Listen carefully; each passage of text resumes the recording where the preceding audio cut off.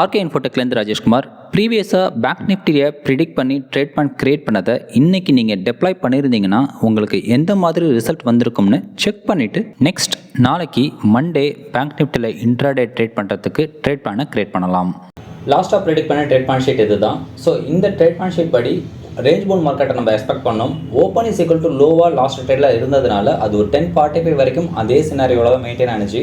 So அதுக்கப்புறம் நம்ம பார்க்கும்போது 12:05 போல தான் நம்மளுக்கு என்ட்ரி ஆப்பர்ச்சுனிட்டி S1 நியர்பையாக ஒரு க்ரீன் கேண்டில் ஃபார்ம் ஆகும்போது கிடச்சிது. பட் அப்பையும் ரிஸ்க் ரிவார்ட் ரேஷியோ ஃபேவராக இல்லாதனால நம்ம என்ட்ரி ஆகிருக்க மாட்டோம்.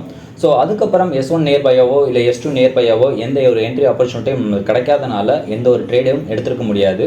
ஸோ நான் ஆல்ரெடி சொல்கிற விஷயந்தான், எந்த ஒரு பர்ஃபெக்ட் என்ட்ரியும் ஆப்பர்ச்சுனிட்டியும் கிடைக்கலங்கிறதுக்காக ஏதோ ஒரு ட்ரேட் எடுத்து லாஸ் ஆகிறத விட ட்ரேட் எடுக்காமல் இருக்கிறதே புத்திசாலித்தனம். ரேஞ்ச் பவுண்ட் மார்க்கெட்டில் டார்கெட் அண்ட் ஸ்டாப் லாஸ் எந்த மாதிரி கன்சிடர் பண்ணுங்கிறத இப்போ பார்க்கலாம். ரேஞ்ச் பவுண்ட் மார்க்கெட்டை பொறுத்த வரைக்கும் நம்ம ஸ்ட்ராட்டஜியில் டார்கெட் ஒரு 10 பாயிண்ட்ஸ் முன்னாடியே செட் பண்ணுவோம்.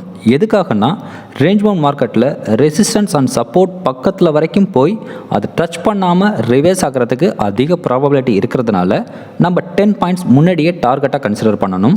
அதே மாதிரி ஸ்டாப் லாஸை பொறுத்தவரை நம்ம ஸ்ட்ராட்டஜியில் 45 points resistance and support entry லெவல்ஸில் இருந்து கன்சிடர் பண்ணுவோம்.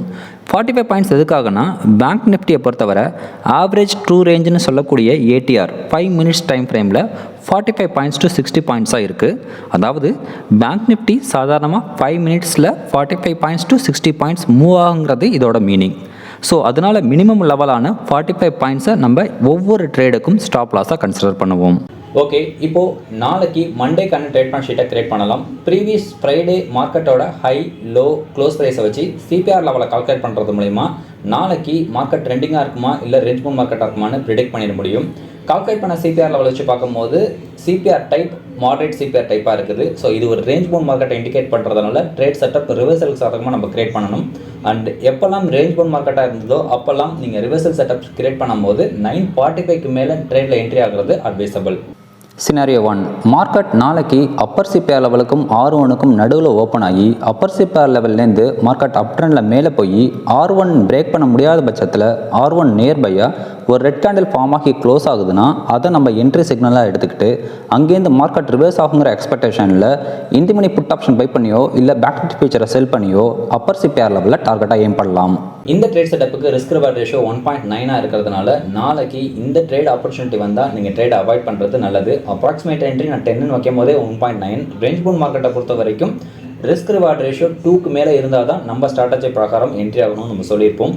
ஸோ இதனால் நாளைக்கு இந்த ட்ரேட் செட்டப் வந்துச்சு அப்படின்னா அவாய்ட் பண்ணுறது அட்வைசபிள்.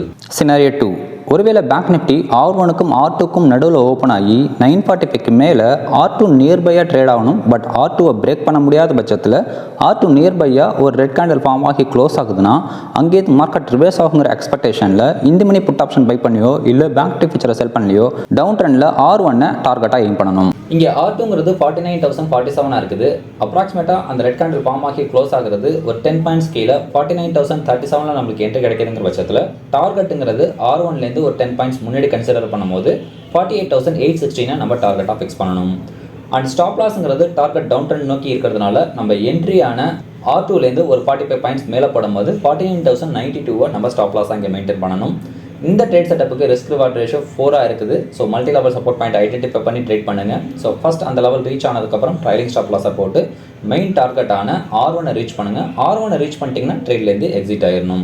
சினாரியோ 3, மார்க்கெட் ஒருவேளை டவுன் ட்ரெண்டில் வருது. அதாவது பேங்க் நிஃப்டி லோவர் சிபிஆர் லெவலுக்கும் S1க்கும் நடுவில் ஓப்பன் ஆகி லோவர் சிபிஆர் லெவல்லேருந்து டவுன் ட்ரெண்டில் வந்து S1 பிரேக் பண்ண முடியாத சூழ்நிலையில் S1 நியர்பையாக ட்ரேட் ஆகும்போது ஒரு க்ரீன் கேண்டில் ஃபார்ம் ஆகி க்ளோஸ் ஆனிச்சுன்னா அது நம்மளோட என்ட்ரி கிரிட்டேரியாவை சாட்டிஸ்ஃபை பண்ணிச்சு அப்படின்னா அங்கேருந்து இந்த மணி கால் ஆப்ஷன் பை பண்ணியோ இல்லை பேங்க் நிஃப்டி ஃபியூச்சரை பை பண்ணியோ மார்க்கெட் புல்பேக் ஆகுங்கிற எக்ஸ்பெக்டேஷனில் லோவர் சிபிஆர் லெவலில் டார்கெட்டாக எய்ம் பண்ணலாம். இங்கே S1ங்கிறது 48,401 இருக்குது. அப்ராக்சிமேட்டாக அந்த கிரீன் கேண்டில் ஃபார்ம் ஆகி க்ளோஸ் ஆகிறது ஒரு 10 பாயிண்ட்ஸ் மேலே 48,411 நம்மளுக்கு என்ட்ரி கிடைக்குதுங்கிற பட்சத்தில் டார்கெட்டுங்கிறது லோவர் சிபிஆர் லெவல்லேருந்து ஒரு 10 பாயிண்ட்ஸ் முன்னாடி கன்சிடர் பண்ணும்போது 48,593 நம்ம டார்கெட்டாக ஃபிக்ஸ் பண்ணணும். ஸ்டாப் லாஸ்ங்கிறது டார்கெட் அப் ட்ரெண்ட் நோக்கி இருக்கிறதுனால நம்ம என்ட்ரியான S1லேருந்து ஒரு 45 பாயிண்ட்ஸ் கீழே போடும்போது 48,356 நம்ம ஸ்டாப் லாஸாக இங்கே மெயின்டைன் பண்ணணும். அண்ட் இந்த ட்ரேட் செட்டப்புக்கு ரிஸ்க் ரிவார்ட் ரேஷியோ 3.3 இருக்குது. ஸோ ஒன்ஸ் மெயின் டார்கெட்டான லோவர் சிபிஆர் லெவலில் அச்சீவ் பண்ணிட்டீங்கன்னா ட்ரேட்லேருந்து எக்ஸிட் ஆயிடணும். சினாரியோ 4 பேங்க் நிஃப்டி ஒருவேளை S1க்கும் S2க்கும் நடுவில் ஓப்பன் ஆகி S1லேருந்து டவுன் ட்ரெண்டில் வந்து S2 நியர்பையாக ட்ரேட் ஆகும்போது S2வை பிரேக் பண்ண முடியாத சூழ்நிலையில் ஒரு க்ரீன் கேண்டில் ஃபார்ம் ஆகி க்ளோஸ் ஆகுதுன்னா அதை நம்ம என்ட்ரி சிக்னலாக எடுத்துக்கிட்டு அங்கேருந்து மார்க்கெட் ரிவர்ஸ் ஆகி புல் பேக் ஆகுங்கிற எக்ஸ்பெக்டேஷனில் இந்த மணி கால் ஆப்ஷன் பை பண்ணியோ இல்லை பேங்க் நிஃப்டி ஃபியூச்சரை பை பண்ணியோ S1 டார்கெட்டாக எய்ம் பண்ணலாம். இங்கே S2ங்கிறது 48,237 இருக்குது. அப்ராக்சிமேட்டாக அந்த கிரீன் கேண்டில் ஃபார்ம் ஆகி க்ளோஸ் ஆகிறது ஒரு 10 பாயிண்ட்ஸ் மேலே 48,247 நம்மளுக்கு என்ட்ரி கிடைக்குதுங்கிற பட்சத்தில் டார்கெட்டுங்கிறது S1லேருந்து ஒரு 10 பாயிண்ட்ஸ் முன்னாடி கன்சிடர் பண்ணும்போது 48,391 நம்ம டார்கெட்டாக ஃபிக்ஸ் பண்ணணும். அண்ட் ஸ்டாப் லாஸ்ங்கிறது டார்கெட் அப் ட்ரெண்ட் நோக்கி இருக்கிறதுனால நம்ம என்ட்ரியான S2லேருந்து ஒரு 45 பாயிண்ட்ஸ் கீழே போடும்போது 48,192 நம்ம இங்கே ஸ்டாப் லாஸாக மெயின்டைன் பண்ணணும். அண்ட் இந்த ட்ரேட் செட்டப்புக்கு ரிஸ்க் ரிவார்ட் ரேஷியோ 3.6 இருக்குது. ஒன்ஸ் மெயின் டார்கெட்டான S1 அச்சீவ் பண்ணிட்டீங்கன்னா ட்ரேட்லேருந்து எக்ஸிட் ஆயிடணும். சினாரியோ 5 ஒருவேளை பேங்க் நிஃப்டி லோவர் சிபிஆர் லெவலுக்கும் அப்பர் சிபிஆர் லெவலுக்கும் நடுவிலேயே ட்ரேட் ஆகி அப்பர் சிபிஆர் லெவல் நெருங்கும் போது அப்பர் சிபிஆர் லெவலில் பிரேக் பண்ண முடியாத பட்சத்தில் அப்பர் சிபிஆர் பக்கம் ஒரு ரெட் கேண்டில் ஃபார்ம் ஆனிச்சுன்னா அங்கேருந்து மார்க்கெட் ரிவர்ஸ் ஆகுங்கிற எக்ஸ்பெக்டேஷனில் இந்த மணி புட் ஆப்ஷன் பை பண்ணியோ இல்லை பேங்க் ஃபியூச்சரை செல் பண்ணியோ லோவர் சிபிஆர் லெவலில் டார்கெட்டாக எய்ம் பண்ணலாம். ஒருவேளை அங்கேருந்து டவுன் ட்ரெண்டில் வந்து லோவர் சிபிஆர் லெவலில் பிரேக் பண்ண முடியாத பட்சத்தில் லோவர் சிபிஆர் பக்கம் ஒரு கிரீன் கேண்டில் ஃபார்ம் ஆகி க்ளோஸ் ஆகுதுன்னா அங்கேருந்து மார்க்கெட் புல் பேக் ஆகி அப்பர் சிபிஆர் லெவலுக்கு போகுங்கிற எக்ஸ்பெக்டேஷனில் இந்த மணி கால் ஆப்ஷன் பை பண்ணியோ இல்லை பேங்க் நிஃப்டி ஃபியூச்சரை பை பண்ணியோ அப்பர் சிபிஆர் லெவலில் டார்கெட்டாக எய்ம் பண்ணலாம். பட் ரிஸ்க் ரிவார்ட் ரேஷியோ நமக்கு சாதகமாக இருந்துச்சு அப்படின்னா இந்த ட்ரேட் செட்டப்பில் என்ட்ரி ஆகலாம். இந்த ட்ரேட் செட்டப்புக்கு ரிஸ்க் ரிவார்ட் ரேஷியோ 1 இருக்கிறதுனால நாளைக்கு இந்த ட்ரேட் ஆப்பர்ச்சுனிட்டி வந்தாலும் நீங்கள் ட்ரேடை அவாய்ட் பண்ணிடணும். இதை தாண்டி மார்க்கெட் S3, S4, S5 லெவல்ஸில் இல்லை R3, R4, R5 லெவல்ஸில் ட்ரேட் ஆகிட்டு இருந்தால் எந்த இடத்துல என்ட்ரி எடுக்கணும், எந்த இடத்துல டார்கெட் ஃபிக்ஸ் பண்ணணும், ஸ்டாப் லாஸ் எங்கே போடணும், ரிஸ்க் ரிவார்ட் ரேஷியோ எவ்வளோ, இந்த மாதிரி ட்ரேட் டீட்டெயில்ஸோட மல்டி லெவல் சப்போர்ட் பாயிண்ட்டும் உங்களுக்கு இந்த ட்ரேட் பாயிண்ட் ஷீட்டோட அவைலபிளாக இருக்குது. ஸோ இந்த trade point sheet everyday 7:30 to 8:30 week டேஸில் அவைலபிளாக இருக்கும். நீங்கள் மெம்பர்ஷிப்பில் இருந்தீங்கன்னா ஃப்ரீயாகவே அக்சஸ் பண்ணிக்கலாம். அண்ட் நான் மெம்பர்ஷிப்பில் இருக்கிறவங்களுக்கு இந்த ட்ரேட் பாயிண்ட் ஷீட் வேணும்னா டிஸ்கிரிப்ஷனில் லிங்க் இருக்கும், அதில் நீங்கள் டவுன்லோட் பண்ணிக்கலாம். தேங்க்யூ. நெக்ஸ்ட் ப்ரெடிக்ஷனில் மீட் பண்ணலாம். Happy trading.